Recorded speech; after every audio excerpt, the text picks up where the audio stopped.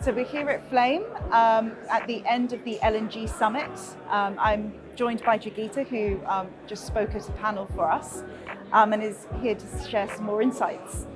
Jurgita, so how do you think LNG will be used within Europe as we move towards decarbonisation and net zero?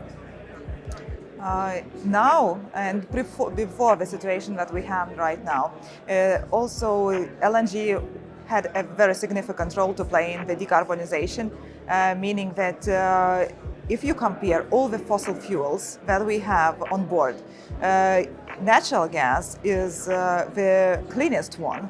So it assists a lot the countries that have been using a lot of coal and still are using a lot of coal and other diverse fossil fuel to transit to natural gas. For example, our neighbor country, Poland, they have a strategy to transit from coal to natural gas in power production, in heat production, and this allows to decarbonize the infrastructure and the economy.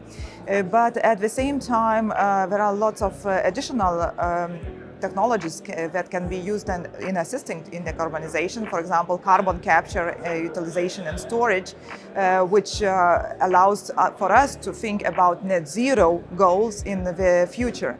But this specific situation now with the war in Ukraine shows that LNG will even more play a significant role in all the energy mix that we have in Europe. And Lithuania recently stopped importing gas from Russia. What have the effects of that been for LNG terminals and also for energy supply in the Baltics? It's a significant change in the supply in all the value chain because, for example, previously our terminal has been working on commercial rationale, meaning that the companies that are using the LNG terminal, they have been importing LNG when the LNG prices were favorable. They were cheaper than pipeline gas. And our utilization was fluctuating accordingly from season to season, from on year basis. So the maximum utilization has been 50% of our technological capacity. But now, when we have crisis situation and the supply to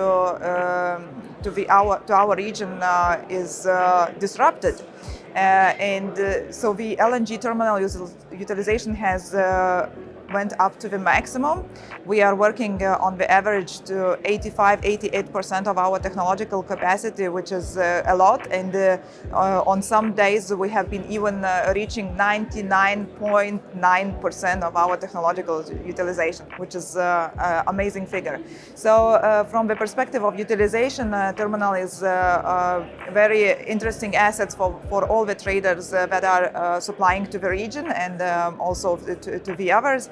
So on commercial basis, so we have a lot of interested companies who are willing to supply to the region, so they are approaching us a lot. So it's a really hot and busy season for us from scheduling, adapting the regulations to the new situation, because this needs to be changed as well, that more market participants could be benefiting from using the terminal, and also challenging all the supplies to the market. And what do you think the rest of Europe and particularly Germany can learn from what you've been doing in Lithuania? Our case shows that diversification of supplies is very important. And the terminal was built and started commercial operations in 2015.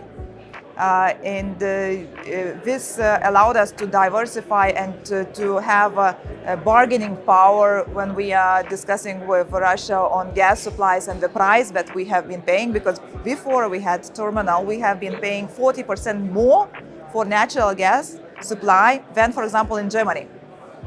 And so this instrument, this facility allowed us to, first of all, to decrease and to pay for the natural gas the global price and to source from wherever the energy companies are willing to.